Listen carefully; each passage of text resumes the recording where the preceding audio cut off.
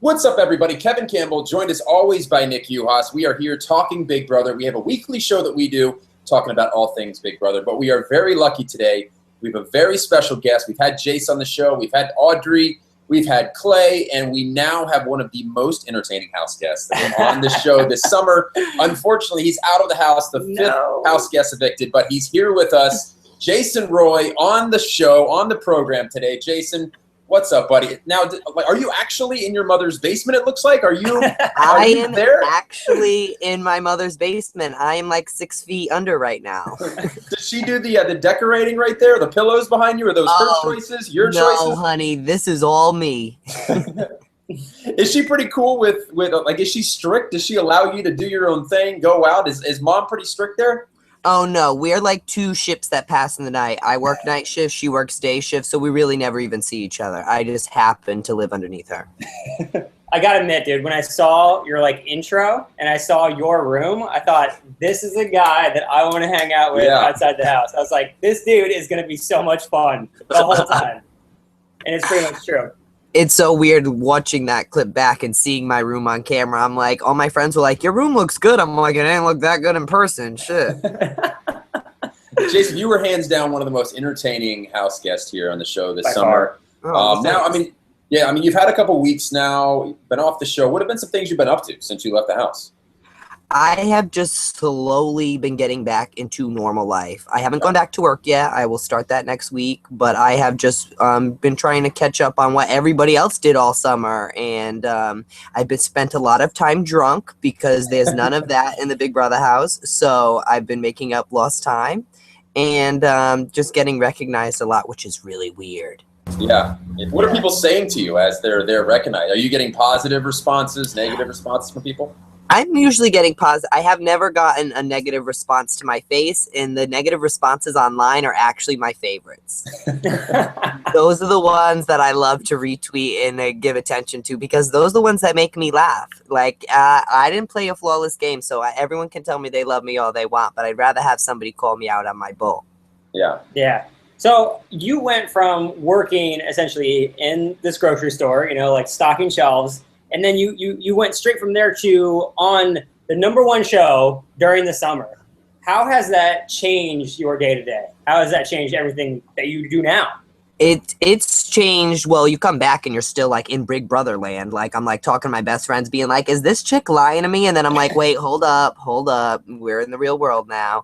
But it's definitely an adjustment, but it is weird, especially where I'm from. People don't end up on TV very often. So it was in newspapers and stuff. So when I came back, I was a bit of like a local celebrity, which is weird.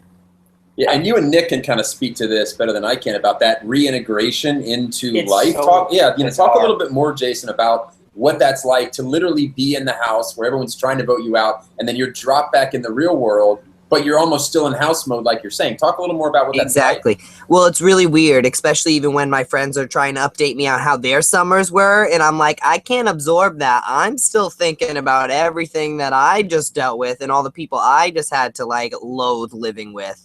But it is weird. You come back and you're still playing the game, and you're still thinking like, ooh, is someone saying this for their agenda? And then you have to remind yourself, like, hold on, there's no check anymore. These are just people at a bar.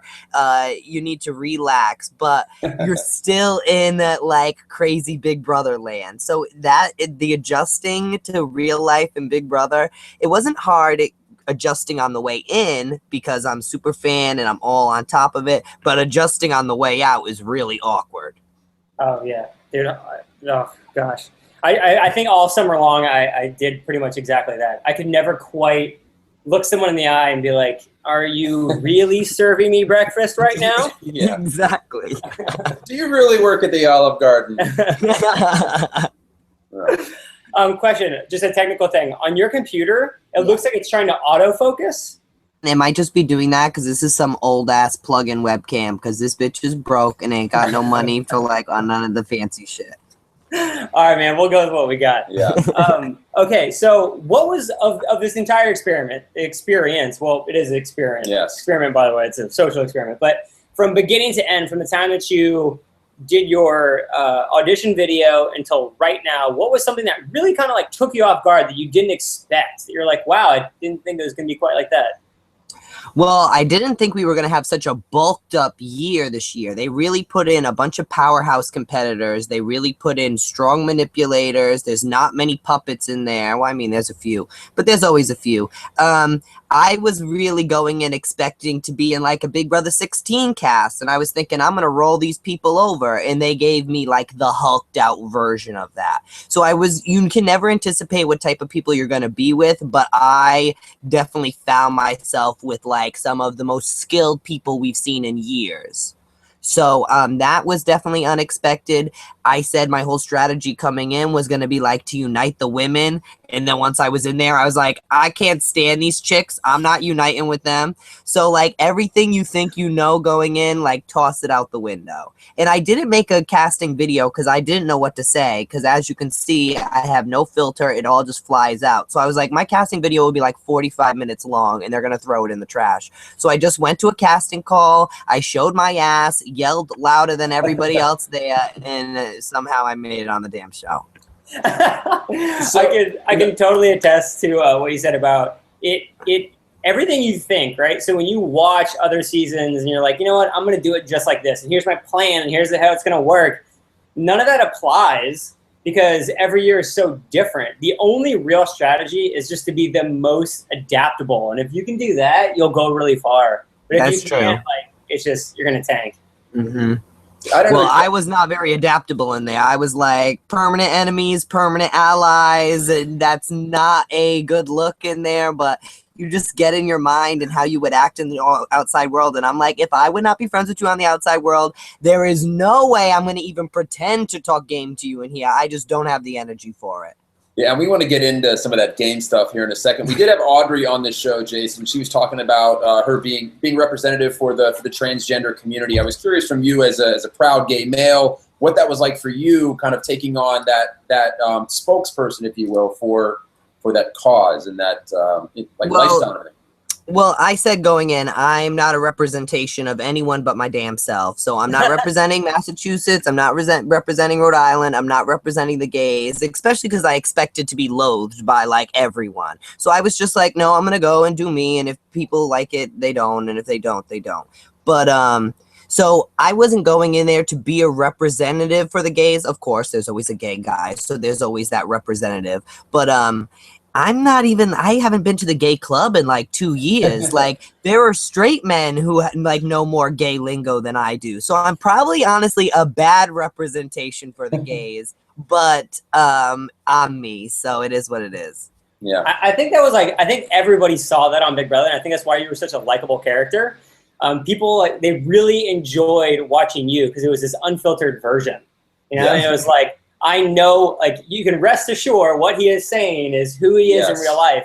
And I think in the game, you know, people like that because everybody sort of puts themselves in someone else's shoes in the game. They kind of play vicariously through them. And so I think a lot of people like wanted that courage to be like, hey, man, that's just who I'm going to be. And it was. And as a feed watcher for years, you know, there's lots of people you like to see do the strategy, but sometimes you just want to see someone talk trash for a little bit. Sometimes you just want to see someone have a good time. So like I actually just got feeds last night and I was peeping back and looking at certain things, which I probably shouldn't do because I'll like consume my whole life. But and it's funny to see like that one cam is always like serious Vanessa talk and the other cam is like me talking trash, smoking cigarettes. So it's just like the juxtaposition there. Yeah. So let me ask you about that, Jason. I mean, you know, Nick had this experience as well. You were on the show, part of the, you know, in the house, a house guest. You've kind of had a unique experience to be on the show and also have a chance to watch the show off the show. What has that been like to be in the house 1 second and now kind of watch it like a viewer with the rest of us? It's really weird. It's like the double eviction the other day, you would have thought it was Super Bowl. Like I'm jumping up and screaming or yelling or like you are so, and you feel stressed like you were still in there. And the pit in my stomach during that double eviction, I was like, I'm kind of glad I'm not in there because those people's stomachs feel like this times 10. But obviously I would have loved to have been there. But it's one of those where you go, wow, it's weird to see it on the outside. And it's weird to see these people that you really just know as your roommates, but to everyone else, they're they're TV characters. And they're made to look like a specific character. You're either the villain or the this or the that, but you know people in there as rounded individuals. So to come out and see how they look to the public is really weird and unexpected. Like, I thought everyone would have loved Clelly. And then when I came out, and I was like, oh, what happened there? Yeah, and I was going to ask you to kind of talk more about that, about your perspective being in the house. Is there any way the show's edited or anything that the viewer sees, but you being in the house, like, it's actually not like this?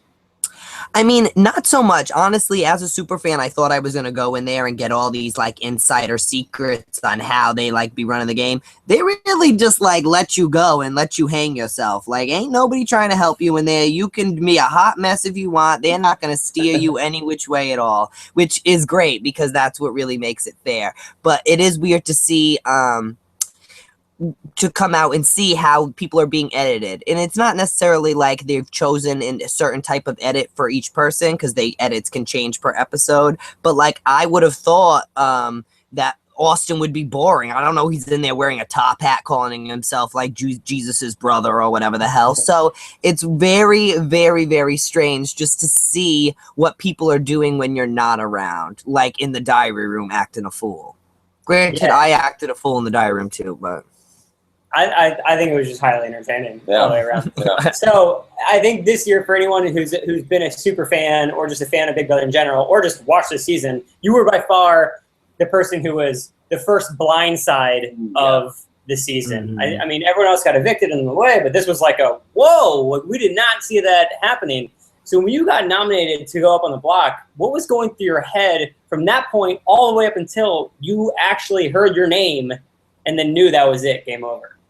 Well, she started her whole speech with like, it would all apply to Austin. We thought her speech was for Austin, which makes her, what she did, even a little bit grimier. She could have just said, like, from jump, make the speech for me. Don't have me waiting until the name pops out of your mouth and then just have me be like, okay, well, I guess it's me. That's my name. But it was definitely like complete utter shock. But I'm not someone who blames someone. I will take like the guilt. Like, obviously I did something wrong because I couldn't save myself that week. So I definitely was just like, okay, resolved to, I guess if it's my turn to sit in this chair, it's my turn to sit in this chair. But I couldn't even really form the thoughts or the words to ask her like what the hell happened. I was just like in complete utter shock and was just like, oh, okay. So it was probably the strangest emotion I've ever felt in my life. It was definitely a hardcore blind side of a backdoor. I mean, we've had lots of backdoors this year, but every single person had figured it out by Sunday, Saturday, after the veto. Everyone had it together. And I actually said the night before, I was outside smoking, hanging out with Meg, and I said, Meg, we're in a good spot. All these people are going to let us sit in the middle. And I should have known the minute them words left my mouth that I had to go upstairs and talk to Vanessa because I was in trouble. And I was going to follow up on that, Jason, and see, because it seemed like when the whole Dark Moon Alliance was created by Vanessa and the target was Austin, that all you guys kind of kicked back and said, okay, everything's good. Did you ever go up to Vanessa? Did you ever check back in? Did you ever make sure that was the plan? Because it seemed like from the viewer that you guys are like, hey, everybody's good. We were like, okay, I guess this is fine. Really, Vanessa, the week that she, in between when Shelly was HOH the second time, slept in the purple bedroom with just me and Meg. And we really felt like we were bonding with her at that point. I helped her study for that HOH she won. It really felt like we were going somewhere good with her. So even when she brought up the Dark Moon Alliance, it wasn't like completely out of the blue, because it sort of was like all the people that I was already kind of working with, so we might as well just group them all together. So it wasn't like, oh, something has to be fishy about this. So I was relaxed, and I possibly blame this also on Battle of the Block. I know the Big Brother community, we're not big fans of it. I was never a fan of it on the outside, but it makes you complacent. I won 2 Battle of the Blocks. I've been nominated 4 times, and I won 2 Battle of the Blocks. So for 2 weeks, I was really on vacation. I really didn't have to game too much. I knew I couldn't be backdoored, so you become complacent. So then the week that I finally wasn't nominated, the week that I ended up going, I'm like, oh, finally, I'm not on an episode. I don't have to go to the damn diary room. Give me some damn time off. But that's not Big Brother. Big Brother isn't getting time off. You have to work all the the time. But Battle of the Block, especially when you win a few, it makes you really complacent. So then once you think, oh, this is the plan, you go back to your complacent space and say, I'm going to let them handle it. This is the plan, and I'm just going to sit back. But obviously, I should have been doing the exact opposite, and I should have been crawling up Vanessa's behind. Yeah. How do you think you became the target there then? Because there were obviously other options there. Why you? I think it was simply, if you look at the side, I was watching some things on feeds where Vanessa swears, she's telling Chloe and Shay that she swears that I am in like a final 2 with Jackie. Not true, but working with Jackie the whole time. So I think they saw really my little goblin side, and she made her promise to Jackie. James was safe from Battle of the Block. Putting Meg up is just a waste of your HOH, or ensuring that the other person goes home. And I think that I was viewed as the only person within that side of the house that was really able to rope everyone together. Not that I'm like the brains of the operation over there, because Meg is very smart socially. James is a smart guy. Becky and Jackie are both very smart. But I think that they saw me as more of a threat over them because I was the one who could really unite us into a real alliance, where at this point we were really just the underground floaters. So you kind of mentioned this like before, you said you didn't really blame, you said you would essentially take the eviction upon yourself. It was your fault. But if you had to look back and pinpoint at least one person that was the cause of your downfall, who would you say that is? Is it Vanessa? Well, if it would really be me, because the minute I had the information about Austin, I should have just told just Meg, but me and Meg became little tiny girls in the bathroom and said, that's Shelly, let's go tell Shelly too. First mistake, should have never told Shelly anything. So that is one specific mistake that I can think back on and say, oh, okay, maybe I shouldn't have done this. But really, it boils down to multiple mistakes and multiple decisions. My social game, I should have been better. I should have been pretending to like Austin. I actually did like Liz and Julia, but yet never was on the same side as them, so never really talked to them. I should have been trying to cultivate with these relationships with people so that when it came down to it, I would have had more options to stay other than begging Clay and Shelly. Yeah. I really had no other options because those were the only people that I had any working relationship with. But if I would have been smarter from the beginning of the game and really done what like Vanessa has done, if you look at an alliance chart, she's in every friggin' one. Like, she's in every damn alliance there is. I don't know how she keeps her name straight. I should have been playing like that, but instead I was playing like it was purist old days Big Brother. It was Big Brother 6, draw the line, it's this side versus that side, and let's go to war. But I should have been playing like it was Big Brother 17, and there's no lines, there's not a war yet. It's hard when you're in there to even see that there are clear-cut lines, because it just looks like a bunch of people who hate each other everywhere all day. 100% agree with that. I mean, when I look back at my like, I was only ever 2 weeks, you know what I mean? Like 3 if you count the week before they started filming. Yeah. Looking back, and even in those 2 weeks, I thought, oh my God, it's so clear cut. Like, I totally have a good understanding about like who, where is what. And then it changes so quickly that you don't realize that, oh, it's like I should have pre-planned. But you can only kind of make that judgment looking back, because exactly, you're only making everything's better hindsight. Yeah. I'm sure you've reflected on your eviction, Jason. Is there anything you've thought like, man, if I had tried that after I was nominated, or if I talked to this person, or if I'd offer this deal, have you thought about anything where you're like, you know what, that could have potentially saved me? I mean, I should have done more that week. I didn't roll over and die, but I knew that there are very few people in Big Brother history that have ever been backdoored after a veto and then get themselves to stay. But look, Vanessa just did it against Shelly, last week? So, I mean, it is possible, but I'm no Vanessa. So whatever I was selling, I may not know exactly what to sell. Because in there, all you have is your word. And you can only say you have my word so many times before that doesn't have as much bartering, hold to it. So I was really just giving away everything, saying, I'll be your damn chihuahua, put me in your pocket. and if they're not willing to have a chihuahua that is just gonna I would have been Clelly's Andy. I would have just said, okay, thanks for saving me, and I would have followed them around for a good 5 weeks like a puppy dog. So The funniest thing about it is looking back, it's seeing their mistake. They're both out of the house now, but if they would have voted to keep me that week, I would have had the votes. I would have stayed. Becky would have gone, so therefore, Becky would have never won the slip and slide HOH, and I probably would have won the wall, and Clelly would have been safe that week. So it's more, that's the one just thing that comes out of it, that you're like, you know what, maybe whatever I said was not good enough in that moment, but now these people are going to look back and see, watch the episodes. I was loyal as hell. I wasn't scumbagging everyone. Yeah, I made trash talk a little bit, but hey, that's the Brittany Haynes in me. So, like, you just have to look back and say, okay, it was their mistake for not keeping me because they would have gotten jury too had I had stayed. So you would have honored your deal, the deal you offered to Clay and Shelley. I would have. I've honored every single deal in that house. I had this is the thing, to get Vanessa to use the veto on me, I made a deal with her that I pretty much sold my soul to her as well. So that's why I didn't even understand why I would be a target of hers, because I guaranteed her she would never be a nom. I guaranteed her that I used the veto on her, and I gave the chick 4 cigarettes. I don't know why she wanted 4 cigarettes, but she wanted 4 cigarettes. Shout out JoJo.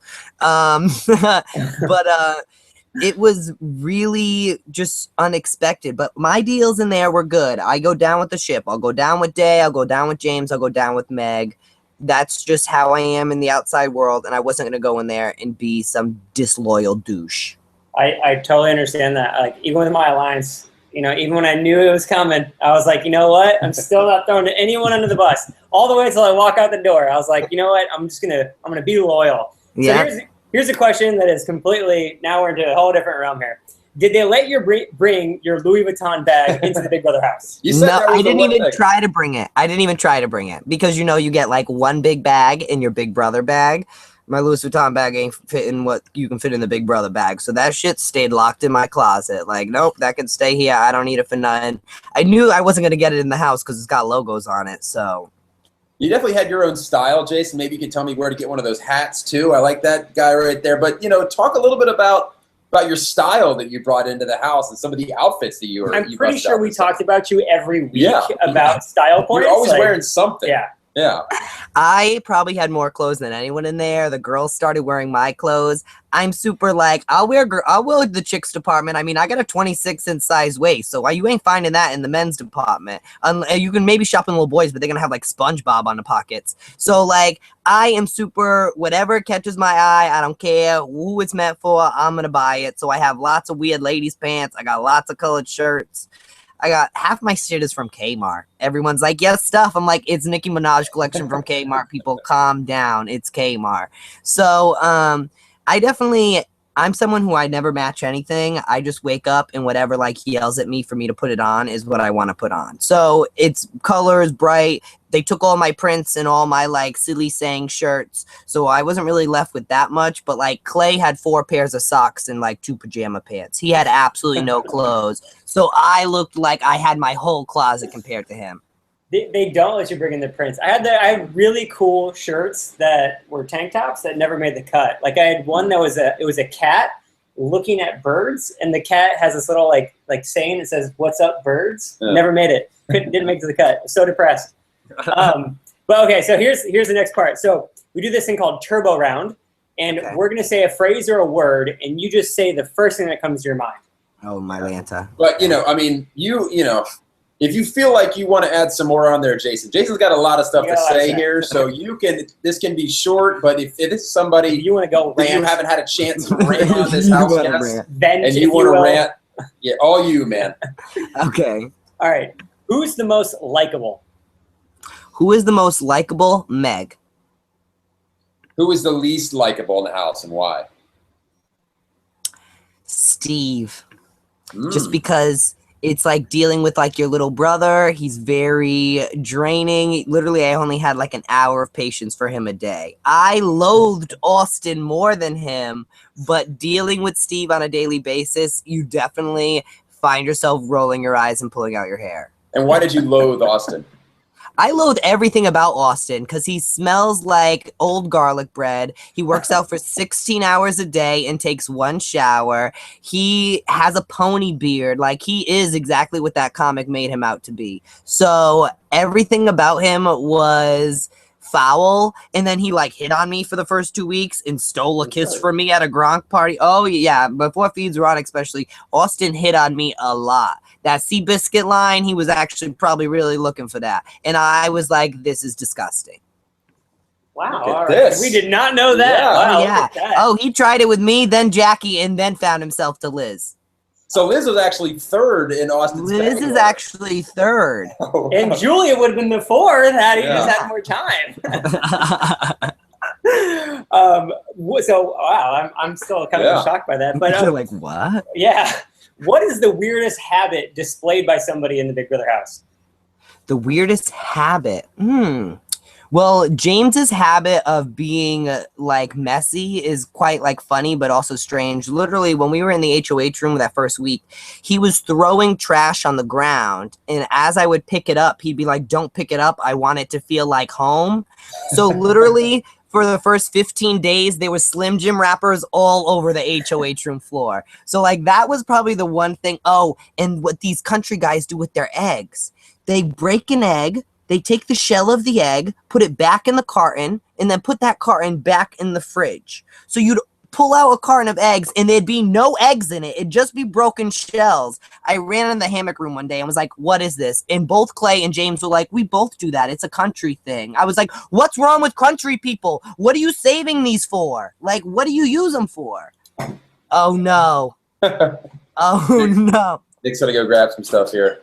So, I'll tell you, Jason, I've been guilty before. I've cracked an egg. I've put the egg in there as well. So I'm from Virginia, though, so maybe it's that. a country thing. I'm only half country. Yeah. I'm only half country. See, I don't understand that. I'm like, okay, I get it if you're then going to throw the carton out. But to then put the carton back in the fridge, you're just like really confusing me. Jason, so I want to talk a little bit about one of your most memorable moments on the show. It was you pronouncing the word squirrel in the one comp. I think it was like 3 or 4 syllables. Did you know that squirrel was a word that you pronounced differently? Did that just come to you in the moment or what? I had heard someone in the house had told me when we, they had the little squirrels at every comp. So we always would like try to find the squirrel and see what his outfit was. And eventually that's when everyone informed me that I was saying that word a little weird, but apparently I say every word weird because we sound weird from where I'm from. But then when I looked down and saw that I was going to have to say squirrel 400 times during a comp, I was like, great, this is my lucky day. And it was obviously my lucky week too. I hosted my own damn squirrel funeral. Oh man, but I would say that probably will make Big Brother history. I think people will be talking about the squirrel. I can't even do it. Yeah. Squirrel? And then squirrel? Squirrel. Squirrel. I think Squirrel. Yeah, Squirrel. and then I think Becky, was it a squirrel slut? Was that what you Yeah, called she was her? a slutty squirrel. She like hiked up her skirt, or a hooker squirrel. Oh my gosh. So, okay, who is the most annoying house guest? The most annoying house guest. Well, that goes like a tie with Steve and Austin again. Austin actually probably just annoyed just me. Steve annoyed everyone. What's the first thing you wanted to do, Jason, when you left the house? I wanted to get drunk, and I wanted to see Davon, but I didn't get to. I was like, I'm in LA. She's in Inglewood. Get her here now. And I just kept asking everyone, like, where's Davon? And they were like, she's not here. I was like, great, thanks. Well, hey, we're out here, so if you want to do a field trip, you can just hang out with Davon and hang out with us, and we can shoot more of these videos. That's what I need. I need a vacation. Well, you will be out for fine finale, so I will. What's a typical Friday night for you like? Very simple. Well, granted, while I'm not at work, normally it would be going to work at 11 o'clock at night and work all night with old people. So, it wouldn't have been like a thrilling answer. Now it's more like we go to a dive that has like karaoke every night, and we just sit there and drink pitchers of beer. Really simple. You did truly want to just be on the show. You weren't trying to parlay this into any career. You were just a super fan who wanted to be on the show, and now you're back to the supermarket, huh? Exactly. Well, I would have loved for it to maybe like open a career. I'm not one of these delusional people who was there for Instagram followers or to be famous. If anything, someone that likes me, be like, hey, come work for me more than $11 an hour, he'll take it. But I was there for the Big Brother crown because I'm the big walking Big Brother Wikipedia, so I just wanted that Big Brother crown and the check. I wasn't there for the notoriety of being on TV. I wasn't there to be some girl that just wanted to get a modeling contract after. I was there for that. So if my face never pops up again after this year, or it all ends here and everyone forgets me, like, I'm okay with that, because that's not really what I was aiming for. You might get your own fashion line now. That's true. That might happen. Call me Kmart. Who is the most trustworthy house guest? I would say the most trustworthy house guest it was probably Jackie, but now I would say that it is probably James. Oh. How about the least trustworthy? The least trustworthy is obviously Vanessa. You can't trust that chick as far as you could pick her up. And Clelly were seeming like they were able to be trustful and really weren't. So I would really say it looks like them.